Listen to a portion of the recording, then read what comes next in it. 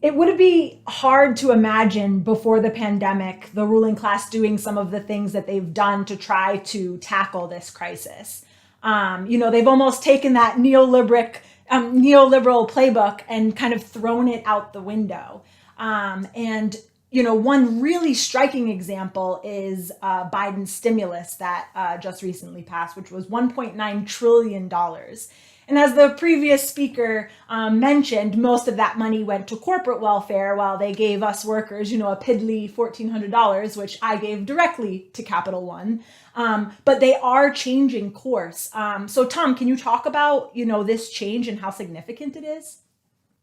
So yeah, it is a very big change. And I think what is behind it is, first of all, the scale of this crisis.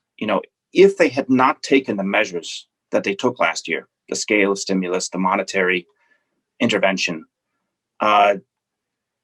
even in the richest countries, there would have been an absolute economic collapse and there would have been mass destitution. It would have been literally like, the Great Depression of the 1930s.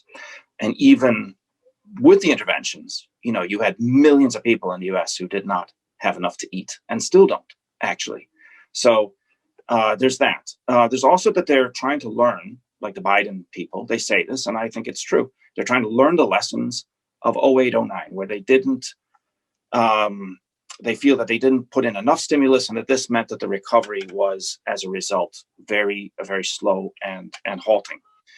So I think that's, those are real factors.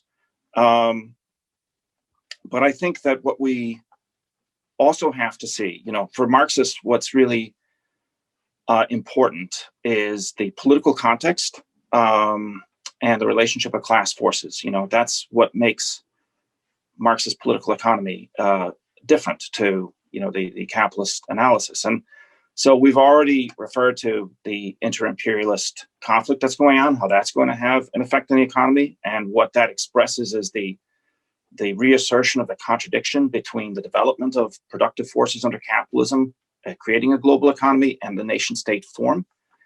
But also what we're seeing in the world is, in the last 2 years, massive revolts especially by young people, against corrupt regimes and against the effects of neoliberalism. Just look at what's happening in Myanmar today. That's a revolt of the working class, general strikes and trying to end a military dictatorship.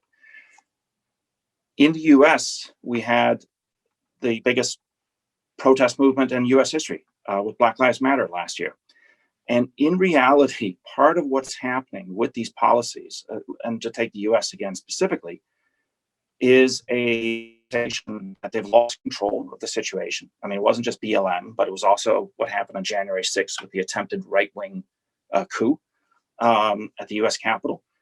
And so they need to create confidence in the state, and they need to, in a sense, get ahead of the next revolt by actually doing some things that ordinary people will see as, being beneficial. So it's not just the stimulus, but of course, now there's a proposal from the Biden administration for $3 to $4 trillion in further spending on infrastructure.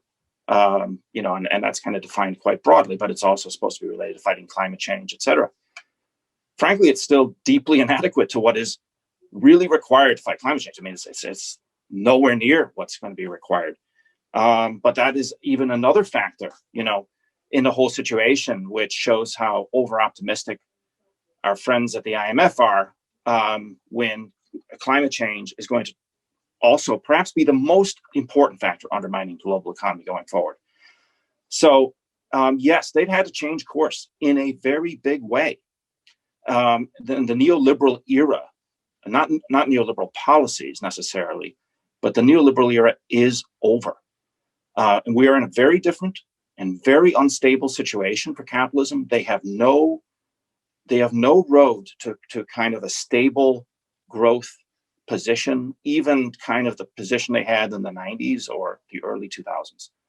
And that is going to create enormous upheavals and contradictions going forward.